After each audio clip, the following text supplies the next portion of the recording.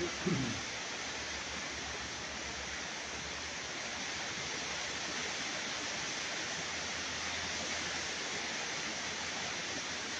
so magandang gabi sa ating lahat dito sa Pilipinas at gayon din po sa mga ibang bansa na kung saan ay ang tinig na ito ay nakakarating. Isang mapagpalang araw sa inyong lahat. Muli ay tayo po ay sama-sama dahil kahapon ay hindi po natuloy yung pong live video dahil po sa problema sa signal. Kaya po, sinubok kong bumalik pero di na po ako nakabalik. Kaya po, minabuti ko na i-postpone sa gabing ito upang patuloy natin alamin kung ano po ang kailangan natin malaman hinggil sa topic natin ngayon. Kaya kailangan po natin dalhin ang ating kaisipan sa lampas ng ating limitasyon upang maunawaan natin at matanggap natin bawat katotohanan na ito ay mahahayag, na ito ay makakatulong sa atin sa patuloy na matagumpay na paglalakbay po natin sa daigdig na ito. Okay, kung meron po kayong Biblia ay nais ko pong basahin sa John chapter 5 verse 39 to 40. Umuulan po pero hindi po yun yung magiging abdang dahil alam ko po na mas malakas yung boses ko kaysa yung patak ng ulan. Okay, so John chapter 5 verse 39 to 40.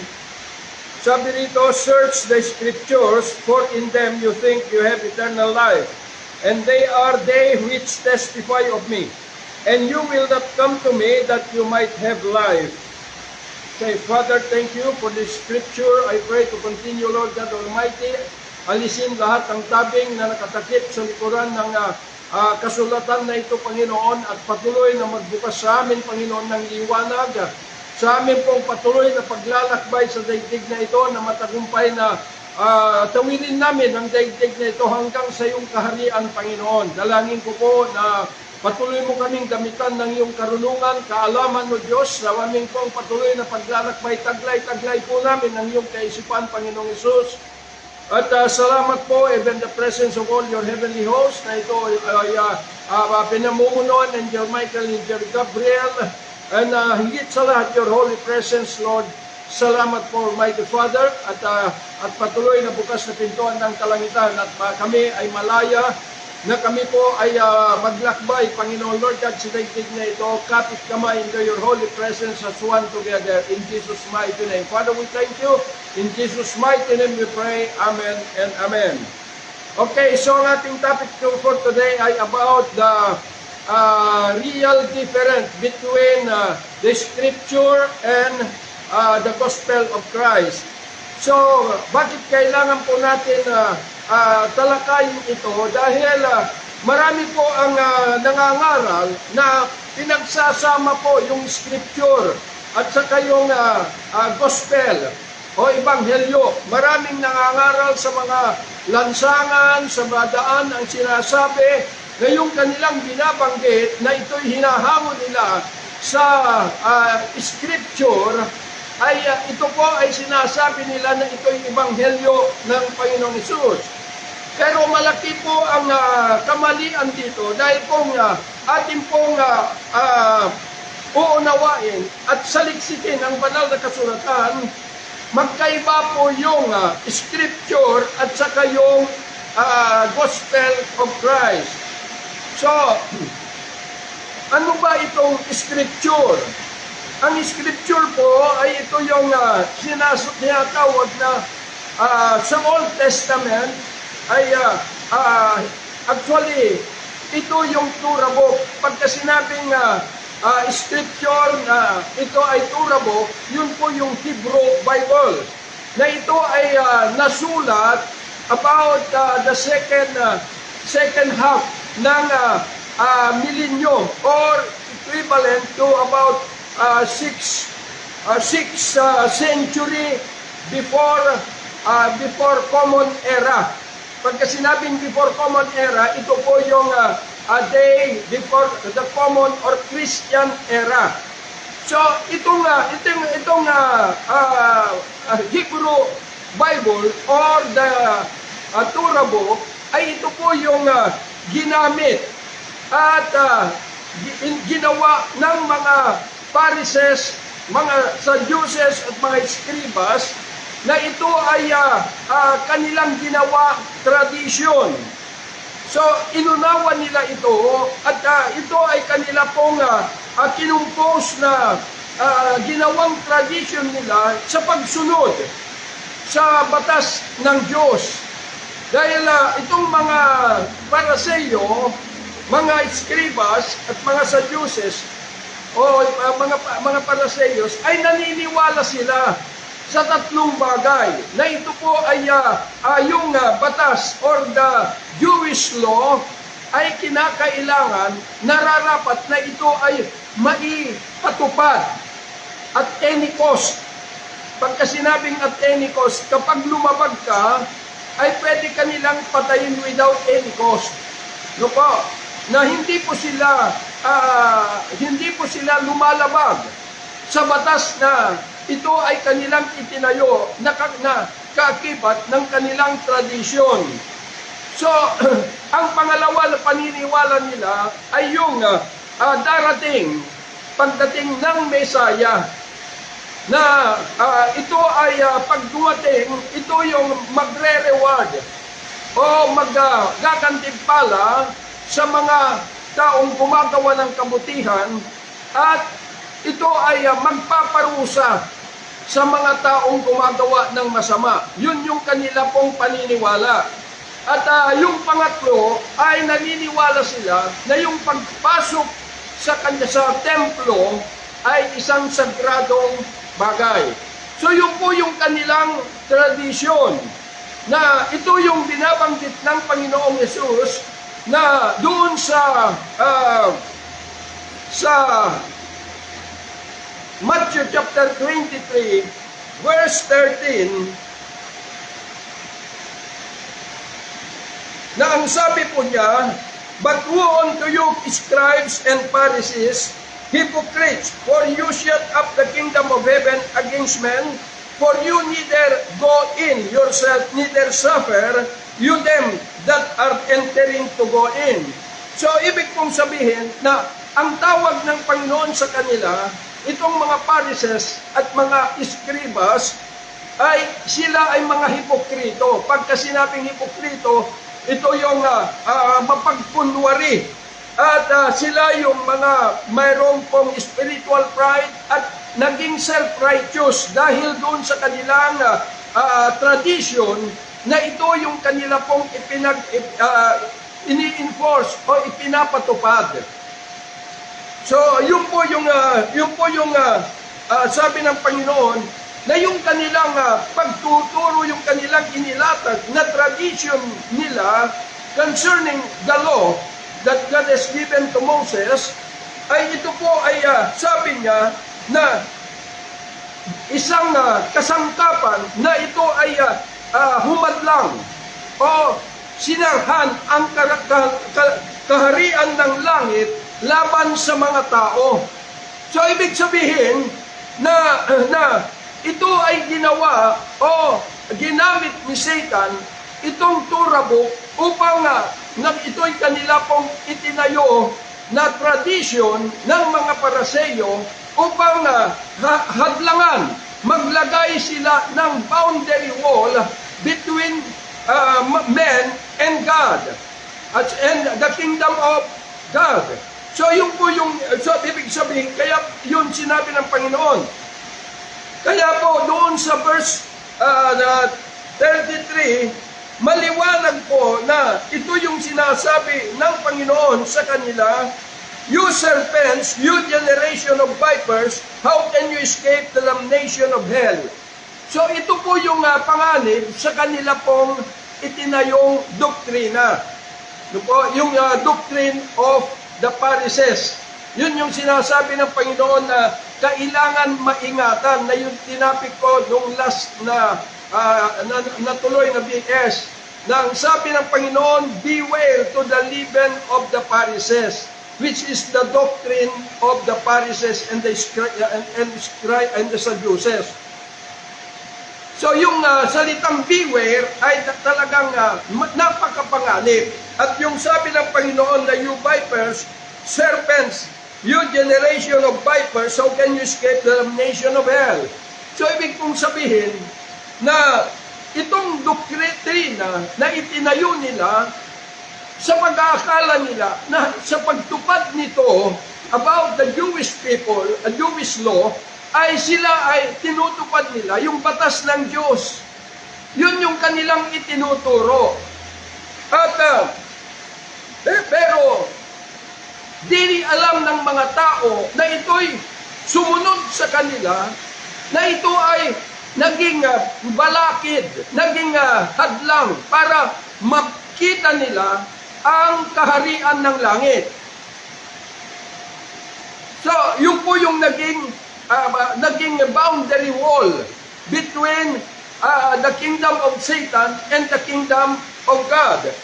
Kaya sinasabi ng Panginoon na vipers, ibig sabihin na makamandag. Itong itinayo nila, itong scripture.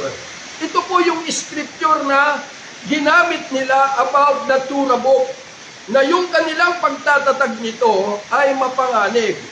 Ibig sabihin na kailangan mag-ingat.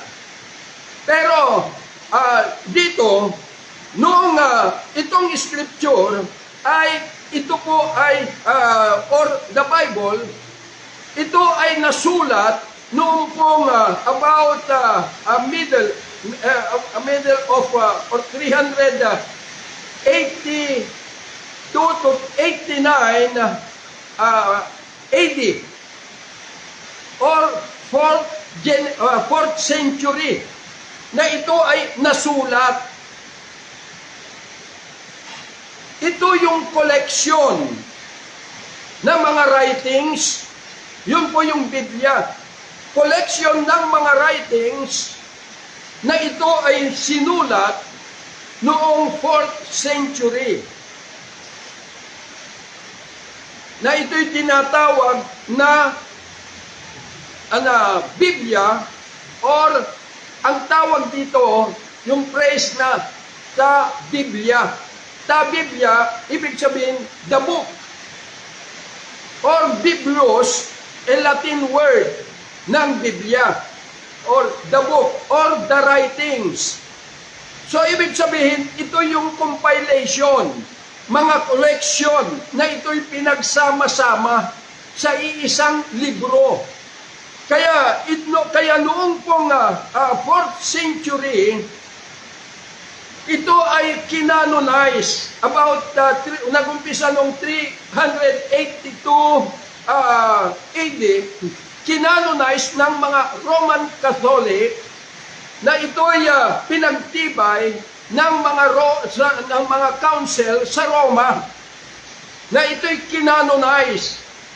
So, ibig kong sabihin, yung canonization, itong topic na ito, ay ibig sabihin na yung canon ay ito yung rule or standard na na pamantayan, na pinagtibay ng Roma, na ito ay magiging batayan ng mga pananampalataya ng Kristiyano. Kaya yung 66 book na canonize yun.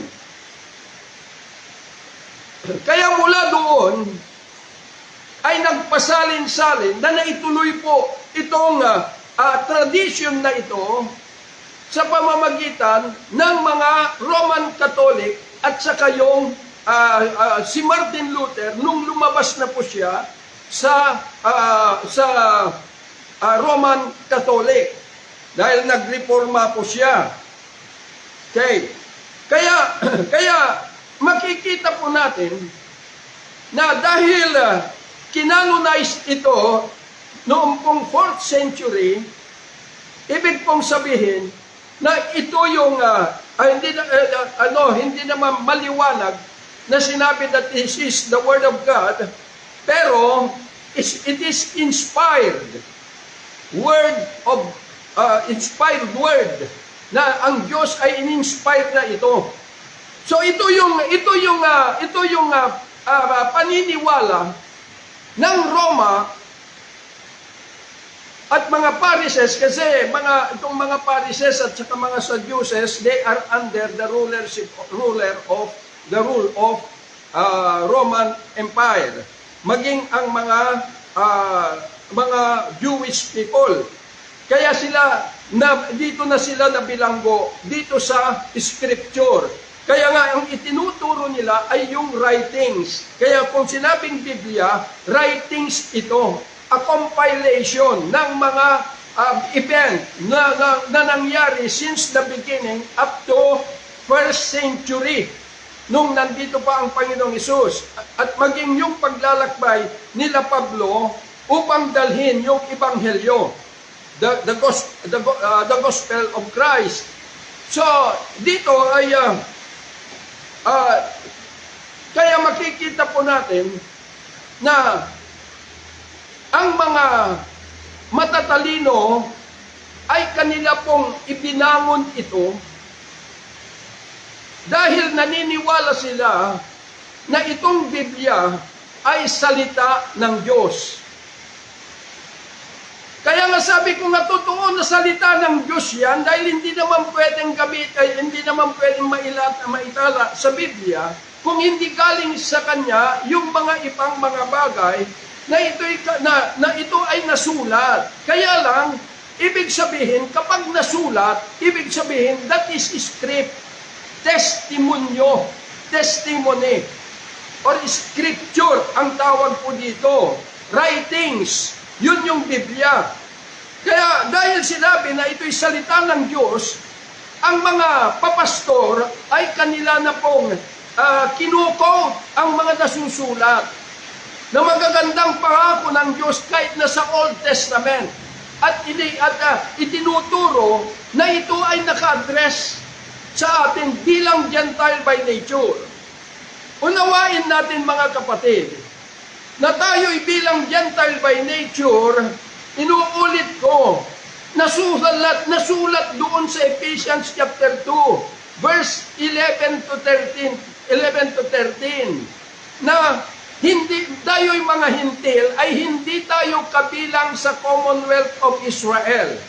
So ibig pong sabihin na itong kasulatan na nasulat dito, ito ay nasulat dahil sa mga paglalakbay ng mga Jewish people, ang bayan ng Diyos.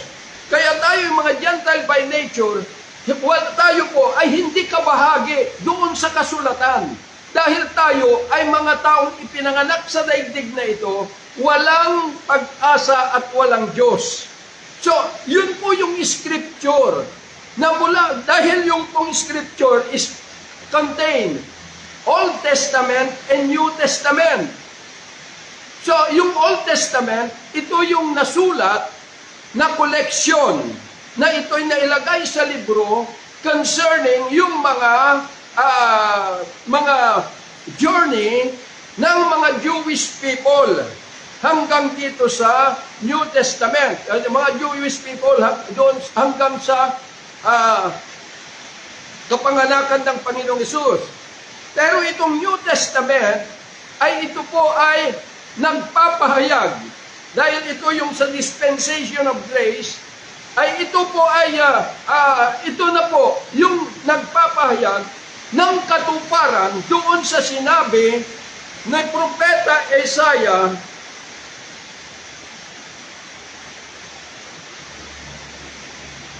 na ang sabi po rito sa chapter 9,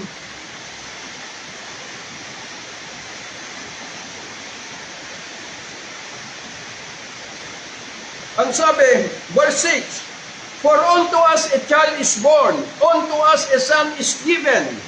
So ito ay naka-address sa Israel. And the government shall be upon his shoulder, and his name shall be called Wonderful Counselor, the Mighty God, the Everlasting Father, the Prince of Peace. Of the increase of his government and peace there shall be no end. So ibig pong sabihin na yung dispensation of grace ay ito na po yung katuparan ng kanyang the reigning of Jesus Christ.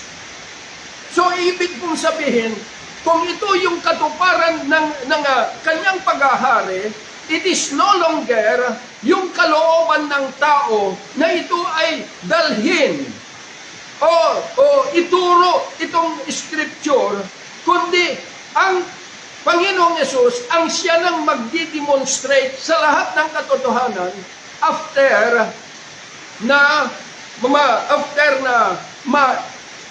ma-fulfill niya yung pangako ng Diyos kay Abraham concerning yung pong pagdating ng kaganapan, the Spirit of promise or the promise, Holy Spirit. So, dito makikita po natin na nung sinabi ng Panginoon sa John chapter 5 verse 39, sabi niya sa kanyang mga bayan, sinasaliksik ninyo ang kasulatan dahil naniniwala kayo, sabi na dito meron kayong buhay na walang hanggan. At totoo, sabi niya, dahil ito yung nagpapatunay sa akin. This testify of me. So, scripture. Ngunit, sabi niya sa verse 40, di naman kayo pumunta sa akin para magkaroon, di naman kayo pupunta sa akin para magkaroon kayo ng buhay. So, ibig sabihin, nandito na ang Panginoon, pero hindi nila tinanggap para magkaroon sila ng buhay. So, dito, dalawang klase. Yung scripture, it is writings, yung nasulat. At yung sinabi ng Panginoon, na di naman kayo pupunta sa akin para magkaroon kayo ng buhay. So, dalawa, yung writings at saka yung buhay. So, yung gospel of Christ ay ito yung buhay. Hindi po ito yung kasulatan, kundi ito yung operation ng Espiritu ng Diyos. Kaya kung titingnan po natin nung si Pablo, he is the perfect teacher of the law.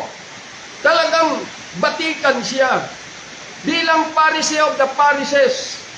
At siya ay isang abogado, tinitingala at ginagalang dahil sa kanyang katalinuhan, the Pharisee of the Pharisees.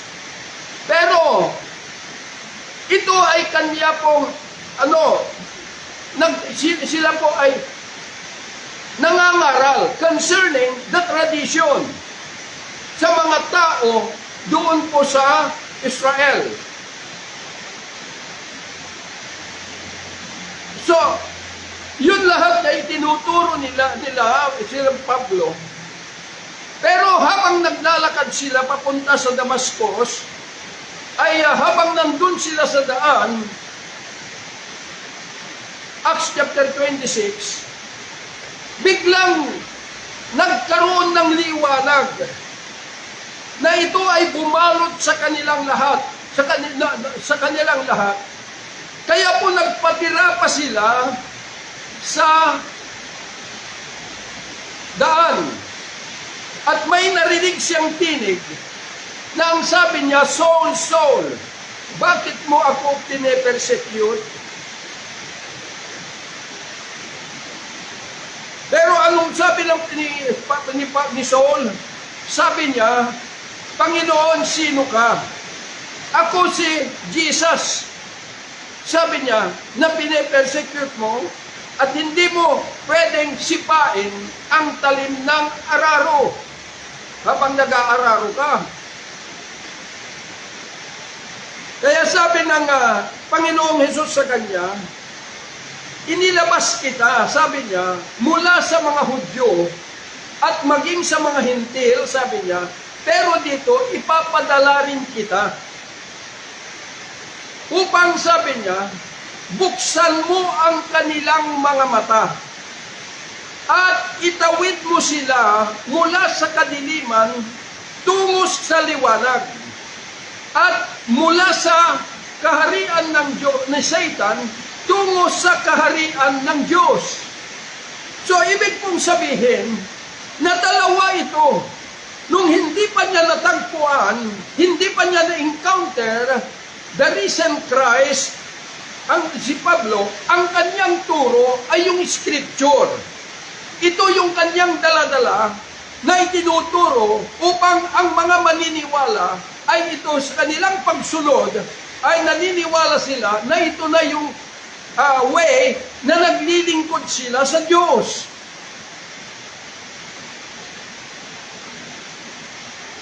Pero noong na-encounter niya ang Panginoon, ang sabi ng Panginoon sa kanya, buksan mo ang kanilang mamata, Hudyo at saka Hintil.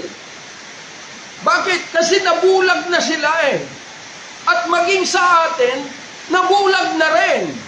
Dahil itong scripture na bumulag sa mga Israelitas sa kanila pong paglalakbay ay nagpatuloy na naituro hanggang sa atin ngayon. Na ito yung naging boundary wall between the kingdom of Satan to the kingdom of God. Kaya makikita po ninyo, maging mga papastor, kiniklaim ang lahat ng mga na magagandang nababasa. Pero hindi po, dahil itong New Testament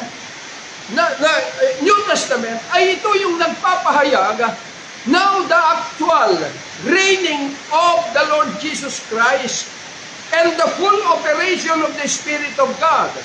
Kaya itong nasulat doon, it testify about the work of the full operation of the Spirit of God.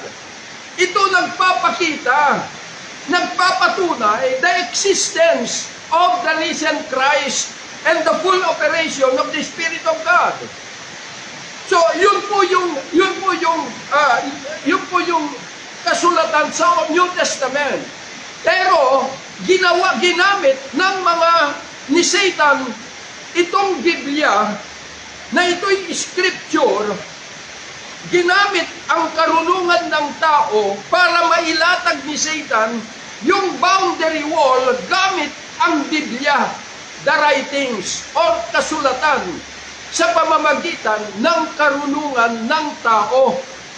So yun yung pagkakaiba, malaki. Dahil yung scripture ay kasulatan, writings na itinuturo ng karunungan ng tao.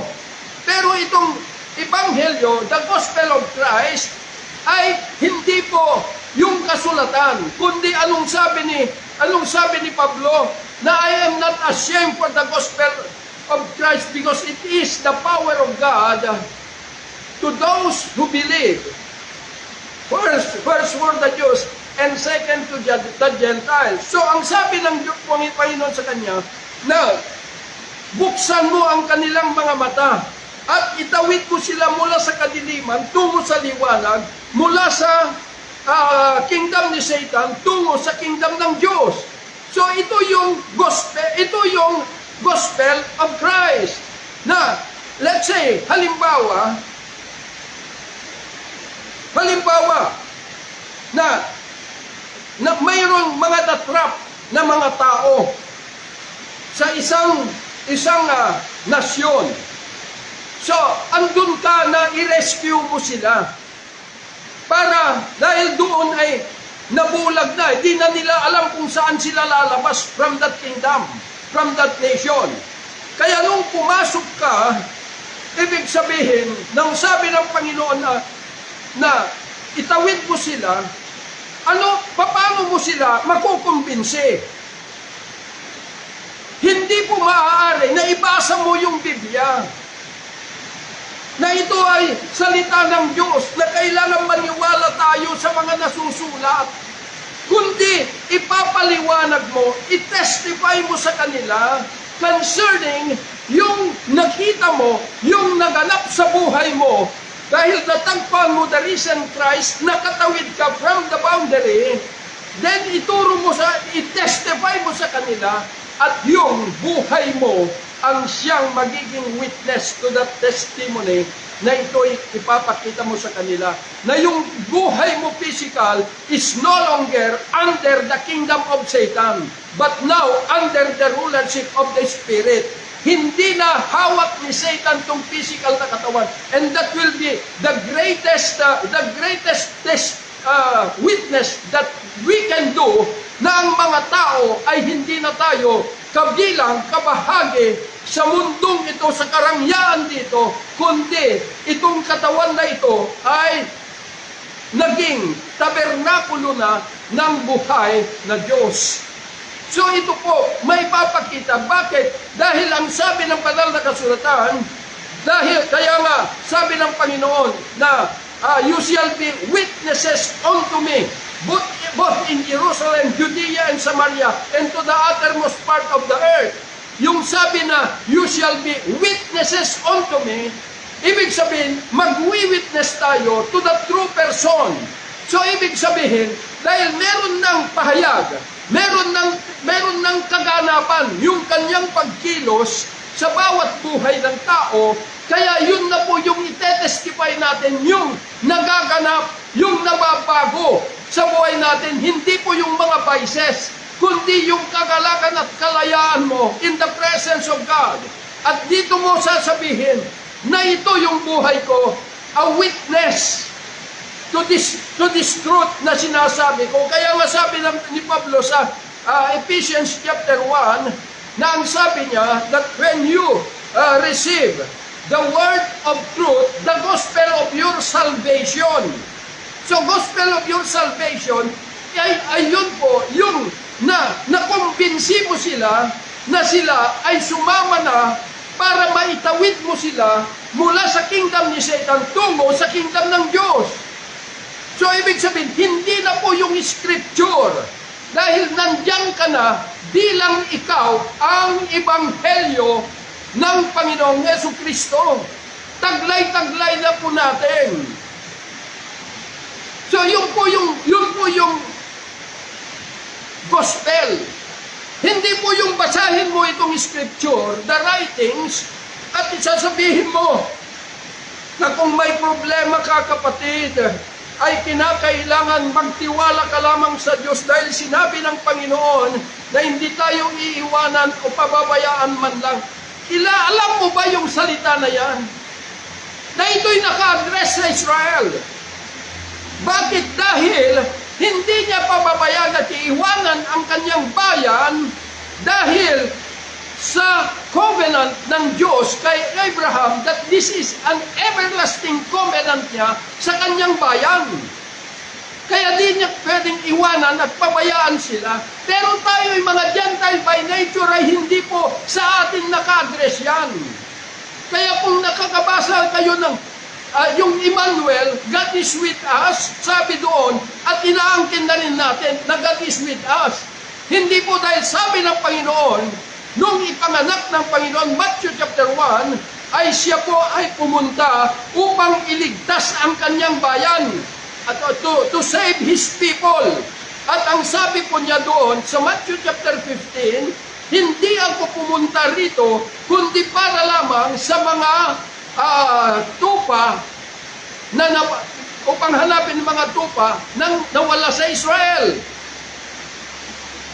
So ibig pong sabihin, hindi po dahil sa atin na mga Gentiles na pumunta ang Panginoong Hesus kundi sa kanyang bayan. Kundi tayo lamang ay yung sinabi ko doon sa mga BS ko noon na pumunta siya para buksan yung bilangguan na kung saan dito po nabilanggo rin ang kanyang bayan. Kaya nga nung nabuksan po yung pintuan ng kingdom ni Satan through the cross, malaya na silang lalabas. At gayon din po sa atin, na ibigay sa atin that divine amnesty. Doon pa lamang tayo nabigyan ng pagkakataon na mamili kung saan tayo. Ang problema, kung paano ginamit ni Satan yung Torah book na ito'y ipinangon ng mga Pariseo as tradition, ay ito yung humadlang sa kanila upang hindi nila makita yung bukas na pintuan. Gaya sinabi ni Pablo 2 Corinthians chapter 15, nang sabi niya na itong mga taong ito, sabi niya, mga Israelitas, ay nananatili silang bulag dahil sa pagkakabasa ng Old Testament. So So naging bulag sila.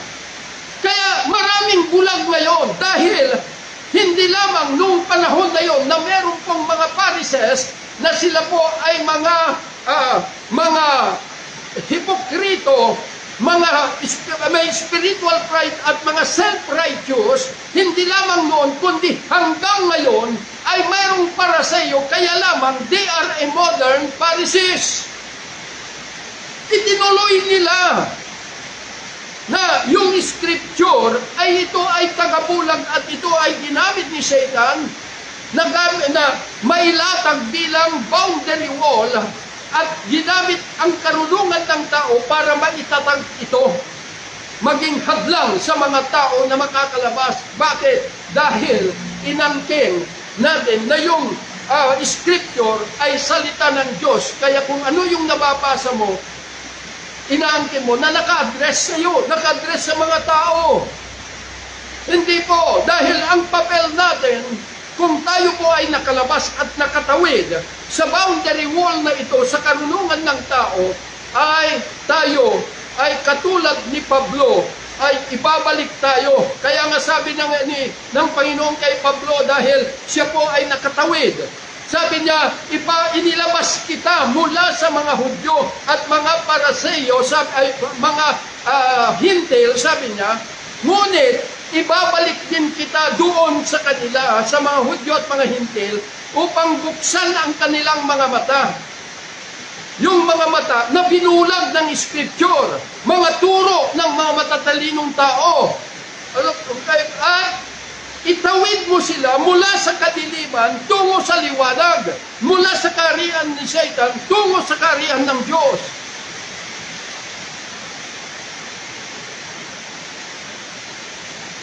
Yun po yung katawagan natin. Ang problema, dahil hindi na nakatawid at nagpapasa ng Biblia, sasabihin na sila'y mga church, na dahil sa karunungan ng tao, nasira yung soberenya ng iglesia na ang sabi ng Panginoon in Matthew chapter 16, upon this rock I will build my church. Inassume ng lahat na nagbabasa ng scripture ay sila na yung mga church. Pero doon sa loob ng boundary, kung titingnan po natin, ay sila ay hindi magkakaunawaan dahil nagkaroon ng spiritual politics.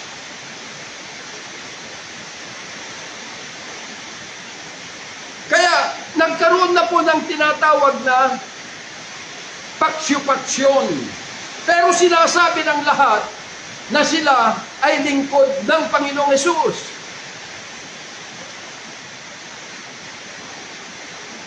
Nagtayo na sila ng spiritual fraternity. Kaya sabi yung kabila na kapag tinanggap mo ang Panginoong Hesus, kahit na magkasala ka, gagawa ang Diyos ng paraan para maligtas ka. Diba? Magkikita po ninyo, ginawa pa natin ang Diyos ay pinaiikot natin ang ulo ng Diyos. Yung mga iba naman, hindi pwedeng umawit ng mga masasayang awit, pero sabi, church din sila. Dahil sa karunungan ng tao, nasira yung pong napakataas na soberenya ng salitang church na sinabi ng Panginoon, upon this rock I will build my church, na ito ay maitatayo pagdating na ma-implement ng Panginoon that new covenant, a better and new covenant na ibigay sa Israel for their regeneration. Dito na po ay muling babalik, maitatatag ang kanyang bayan na mabuhay sa pag-ibig ng Diyos, na sila ay mabubuo bilang isa, na maging sa atin, kung tayo po ay nakatawid sa kanyang presensya, ay tayo rin yung sinasabi ng Panginoon na ang sabi niya, kayo ang aking mga tupa at dito kayo, nandito sa aking koral, sabi ng Panginoon, pero meron pa akong tupa na wala dito, tatawagin ko sila upang sila'y masasama sa koral na ito, which is the Gentiles.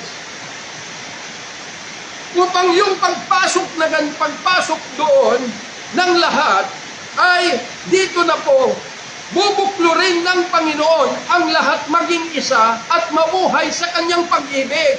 As one together, hindi po as united, kundi as one together. Na dito na po bubuklurin at maging isa na ito yung sinasabi niya na kanyang katawan, na yung identity natin bilang hintil, na ito ay walang Diyos at walang pag-asa, ay mabubura na yung identity natin at mapapalitan na ng ibang identity na kasama ang mga Israel na hindi na po sila Hudyo, hindi na tayo hintil, kundi ang tawag dito ay church. Sabihin nyo, church yung mga inaatenan ninyo, church yung mga kapilya. Sinisira natin yung tunay na layunin ng Diyos na yung church ay yun yung mga tatak o mga tatak ng tao na sila po ay karapat-dapat na pumasok in His glorious kingdom.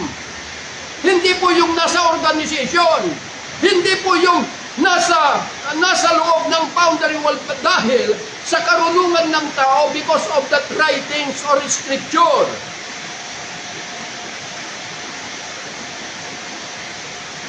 Yun yung problema.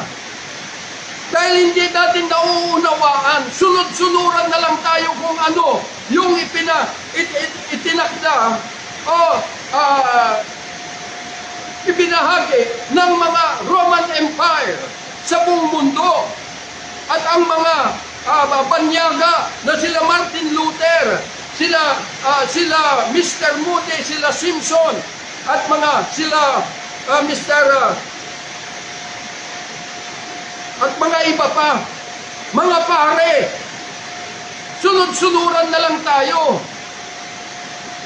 Dahil sinasabi na kung gusto mong lingkod sa Diyos, ay kinakailangan mag-aral ka muna sa Bible School. Dahil sabi kasi ang marami, yung church daw, inunawa nila ng church is all called out once. Totoo po yun, called out once. Pero yung pagkatawag natin ay hindi po individual, kundi lahat tayo na kinakailangan lumabas na tayo sa kingdom ni Satan, sa boundary wall, at tayo ay tatawid na sa kingdom ng Diyos. Upang tayo ay maalis yung tatak natin na hintil at tayo ay magiging kabahagi sa ginawa ng Panginoon, Matthew chapter 16, na church, which is His body. Dito pa lamang, hindi na nagkakaunawaan mga doktrina, mga paliwanag. Diba? Kung mayroong mga nahahayag na mga bagay na ito ay magbibigay liwanag sa katotohanan, ang mga papastor nagre-react. Ayaw nilang pakinggan. Dahil bilanggo at bulag na sila sa karunungan ng tao. Kaya nga, yung ebanghelyo ni Kristo, yun yung magtatawid sa atin. From the kingdom of Satan to the kingdom of Jesus Christ. Pero yung magtatawid, kinakailangan siguraduhin na siya rin ay nakatawid na upang babalikan itong mga taong nandirito sa loob ng boundary wall. Kaya maliwanag yung sabi ng Panginoon, if any man desires to come after me, must deny himself and take up his cross and follow me. So makita natin that take up your cross, the cross of Christ, ay ito yung papatay sa 5 senses ng ating pagkatao, ang ating physical na katawan na ginamit ni Satan para bihagin ang tayo bilang kaluluwa. kalimitan ngayon, ang daming pumapasok sa Bible school dahil sa pag-aakala na kapag naglingkod sila sa Diyos, ay kalakip ng kayamanan dito sa mundo ay bibigay. Hindi po, kundi kailangan makalaya tayo mula sa pagpapahalaga, pagmamahal sa daigdig kinamulatan natin. Dahil once na hindi natin mailipat itong pagmamahal natin sa Panginoon, hindi po mapapalitan yung pagmamahal mo na nag-ooperate lamang sa emotions ng tunay na pag-ibig na galing sa Kanya. The agape love.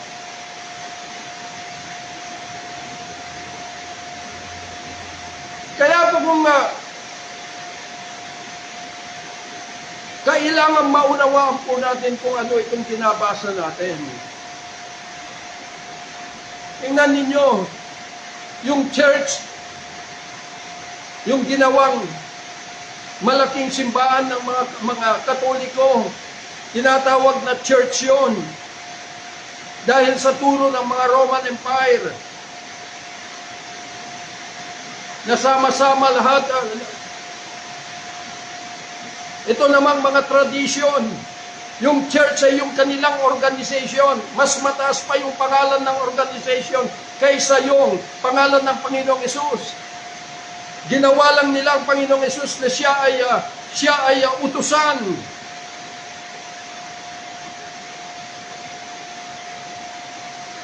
Nakakahiya tayo sa harapan ng Diyos. Kaya makikita po ninyo, ang dami ng mga bulag. Inihahayag ang katotohanan. Pero pag nagtinig nagsalita, yung Sanhedrin, mga bishop o sino pa man na head ng organization, mas malakyas ang tinig nila kaysa ang tinig ng katotohanan. Kaya lang sasabihin nila, huwag niyong tatanggapin mga ito. Dahil tayo lamang dahil iba yung kanilang turo. Mga kapatid, bakit mo binabanggit na kapatid ang baptist? Bakit mo binabanggit na kapatid ang mga Assemblies of God o ano pa man? Kung iba ang turo niyo at iba ang turo nila. Kaya nga ang layunin ng Diyos, kaya bubuo siya sa pamagitan ng Ebanghelyo, the Gospel of Christ, ay upang mahango ang lahat to join Him in His reigning. Pero yung mag-join dito, ay yun yung tinatawag na church. Iisa at may isang salita. Hindi na po ang karunungan, ang pagmamataas dito. Hindi na po ang hidwaan at pagkakabahabahagi. Hindi na po ang dito yung karamutan, kundi lahat ng bagay na may kakayanan ka to give glory to God. Lahat ng mga ginagawa mo, do it for the glory of God. Dahil lahat ng bagay dito ay mawawala lahat. Magiging abo lahat ito, malulusaw lahat. Nasaan yung mga itinatago ng mga mega church, mga leader na mga multi-millionaire na. Sila po ay mga mayayaman na, pero nasaan yung kingdom? Still the kingdom of Satan ay siya pa rin ang kumikilos. Bakit? Dahil sila ay nagsilbing elemento ni Satan para pagtibayin yung boundary wall na nailatag because of the Bible and the wisdom of men. Magising na po tayo, buong mundo. Dapat magising na po tayo. Sama-sama nating ilabas, itawid ang lahat ng mga tao. Kaya nga lagi kong sinasabi dito sa Pilipinas, ang yayabang ng maraming mga papastor na pagka nakapasok lang sa mga chaplain, kung ano-ano, ay sila na ay talagang kala mo, naka-uniforme pa, mga idolatry. At sasabihin, may panalangin na, nagtuturo na sa mga pulis, sa mga militar, sa mga governance. Pero ang tanong, bakit dumadami ang laman ng bilangguan? Bakit dumadami ang korupsyon? Bakit dumadami ang kriminalidad? Dahil kahit man andun ang katotohanan, mahirap maitawid sila dahil nabulag na sila sa katuruan ng traditional na iglesia.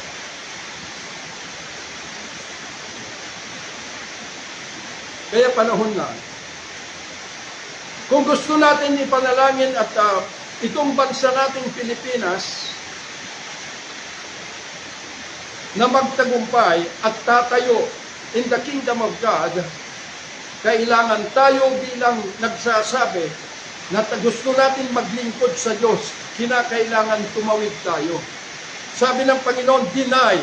Ibig sabihin, you need to deny the wisdom of men. Kailangan makalabas tayo mula sa bilangguan sa karunungan ng tao. Kailangan lumabas tayo na ang laman lamang ng ating kaisipan ay yung makatawid tayo at makasuko sa presensya ng buhay na Kristo. Yun yung kailangan natin. Kaya huwag nyo nang gamitin ang Biblia para lang ipangaral ninyo sa lahat ng mga tao. Hindi tayo tinawag in the New Testament or in the dispensation of grace na mga aral dahil it is the dispensation of grace. It is the full operation of the Spirit of God. Hindi tayo tinawag na mga aral, kundi tinawag tayo para gamitin ng Diyos na maitawid ang lahat ng mga tao from the kingdom of Satan to the kingdom of God. Maitawid sila through our testimony, that we testify concerning the truth na naganap sa buhay natin, and this, our witness is our physical body that is no longer under the kingdom of Satan, but now it is under the kingdom of the living God.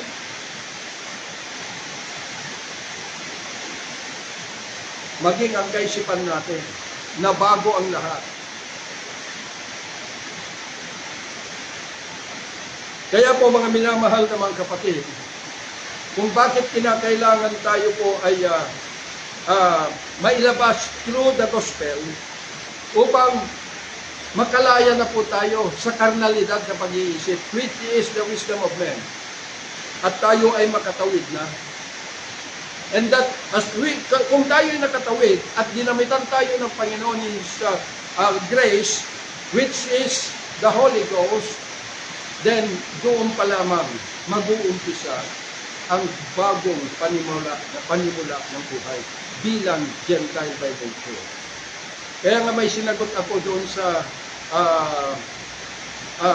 group chat namin na may tanong doon, where is the church? So inulit ko, where is the church? So ang sabi ko doon, unless everyone surpasses the righteousness of the Pharisees, no one can enter the kingdom of God. Matthew chapter 5 verse 20. And no church exists. Kaya yun yung sinabi ng Panginoon, kinakailangan we surpasses, matawid natin yung karunungan ng tao. The righteousness of the Pharisees is the righteousness of the law. And the righteousness of the modern Pharisees is the righteousness of the Scripture. Kaya hindi sila nakatawid. Sinasabi ko ito dahil hinahangad namin na mahango lahat at maitawid ang lahat ng mga tao sa buong mundo para hindi na po madagdagan pa ng mga kaluluwa na magdusa sa impyerno. Kaya gising na mga kapatid, gising na mga mahal na bayan. Dahil ito ang ibinugas ng Panginoon para sa lahat na tayo po ay makatawid at makabahagi sa glorious kingdom of our Lord Jesus Christ. So yun lamang po at mahal ko po kayong lahat. At sana po itong katotohanan na ito ay magdala ng pagkagising natin, kundi para tayo po ay maging elemento ng mga tao ay ma-rescue sila from the kingdom of Satan tungo sa kaharian ng Diyos. Kaya po, kung marinig mo po kapatid at ikaw ay nainis because of your pride, because you do not want to surrender yourself in the presence of the risen Christ. Ibaba mo po yung sarili mo. Ibaba mo po yung mga pinag-aralan mo kapatid. Kailangan, isuko mo na, iwan mo na kay Satanas lahat ng karunungan na yan at tumawid ka na empty vessel, and God is Jesus Christ is going to fill you with all truth. Na itong emptiness mo, siya na po ang pupuno. Kaya, mga kapatid, ito po yung pagkakaiba. Hindi dahil maraming nangangaral, naka-megaphone o ano pa man, ang kanilang ginagawa ay yun na yung Ebanghelyo ni Kristo. Hindi po. Ito po ay upang kapag naniwala kayo, at nakinig kayo, bilanggo na kayo sa loob na kingdom ni Satan. Kaya sabi ng Panginoon, beware, mag-ingat. Beware. Hindi niya sinabi na, be careful. Dahil kung be careful, pwede kang maglakad na iniingatan mo na may tutuklaw sa iyo na ahas. Pero pagka beware, huwag kang gagalaw kung hindi mo sigurado na ikaw ay ligtas sa iyong paghakbang. Beware. Mga minamahal na mga kapatid, salamat sa pagkakataon na ito. Mahal ko po kayong lahat. Father, in the mighty name of Jesus and with the power of the Holy Ghost, salamat po sa oras na ito'y muli, Panginoon, ay naibukas ang lahat ng ito upang ito patuloy na makilala namin, Panginoon, ang sinusunod namin, Panginoon Lord God Almighty, kung ito po ay kaalaman, Panginoon, ng tao, Diyos, na ito ay bibilanggo sa amin, Panginoon Lord God, sa kingdom ni Satan, or isang katotohanan na ito, Diyos, ay magtatawid sa amin mula sa kingdom ni Satan tungo sa iyong kaharian, Panginoon. Salamat po at dalangin ko po nang inabot ng tinig na ito ay aabot sana sa buong mundo at magsilbi ng lahat ay magagamit mo na ma-rescue ang lahat ng tao tungo sa iyong kaharian, Panginoon. Salamat po at pagpalain mo po ang lahat, and I pray to seal all these realities with power of your blood and with the power of thy resurrection. In Jesus' mighty name we pray. Amen and amen.